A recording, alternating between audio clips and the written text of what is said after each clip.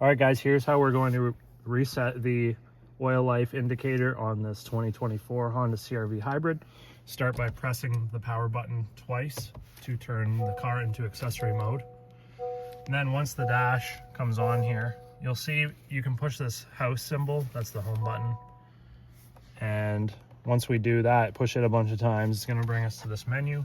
Use the little wheel that's right beside the button to scroll through all of the things until you find maintenance, and the scroll wheel is also a button, so you press that. See, it says oil life 15% A. We are going to push and hold that,